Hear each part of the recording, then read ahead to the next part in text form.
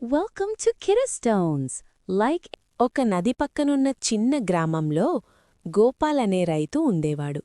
అతను తన పొలాన్ని, పంటలను, ముఖ్యంగా తన ఆవు గౌరీని చాలా ప్రేమించేవాడు. గౌరీ సాధారణ ఆవు కాదు, ఆమె మృదువుగా, తెలివిగా ఉండేది. ఆమె ఇచ్చే పాలు గ్రామంలోనే తియ్యనివి. ప్రతి ఉదయం గోపాల్ గౌరీకి తాజా గడ్డి పెట్టి ఆమెతో మాట్లాడేవాడు. గౌరీ, ఒకరోజు నీకు బంగారు గంట కొనిస్తాను అని చెప్పేవాడు. గౌరీ ఆనందంగా అని మూయేది, అతని మాటలు అర్థమైనట్టుగా. ఒక రాత్రి గోపాల్ నిద్రలో ఉండగా ఎవరో మృదువుగా పిలుస్తున్న శబ్దం వినిపించింది. గోపాల్, గోపాల్ అని. అతను లేచి చుట్టూ చూశాడు. ఆశ్చర్యంగా, అది గౌరీ. ఆమె మాట్లాడుతోంది. భయపడకు, గౌరీ మృదువుగా అంది. రేపు పెద్ద తుఫానొస్తుంది. ఉదయం నీ జంతువులన్నీ కొండపైకి తీసుకెళ్ళు.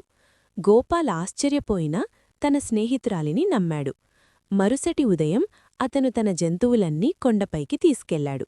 గ్రామస్థులు నవ్వుతూ, ఏ తుఫాను గోపాల్, నువ్వు వృధాగా కష్టపడుతున్నావు అన్నారు. కాని మధ్యాహ్నానికి ఆకాశం నల్లగా మారింది. గర్జనలు వినిపించాయి. భారీ వర్షం కురిసింది. నది పొంగి పొలాలు, ఇళ్ళు మునిగిపోయాయి. గ్రామస్థులు భయంతో పరుగులు తీశారు. కాని గోపాల్ మరియు అతని జంతువులు కొండపై సురక్షితంగా ఉన్నారు. తుఫాను ఆగిన తర్వాత గ్రామస్థులు గోపాల్ దగ్గరకు వచ్చి, నువ్వు నీ జంతువులను రక్షించావు, నీకు ఎలా తెలుసు తుఫాను వస్తుందని అని అడిగారు. గోపాల్ చిరునవ్వుతో గౌరీవైపు చూసి, ఒక మంచి స్నేహితురాలు నన్ను హెచ్చరించింది అన్నాడు. గోపాల్ తన పాలు, ఆహారం అందరికీ పంచాడు. గౌరీ మళ్ళీ మాట్లాడలేదు.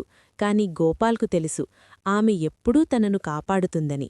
నీతి: నిజమైన స్నేహం, నమ్మకం, శ్రద్ధ, వినడం మీద ఆధారపడి ఉంటుంది. చిన్న సహాయం కూడా పెద్ద మార్పు తీసుకురాగలదు.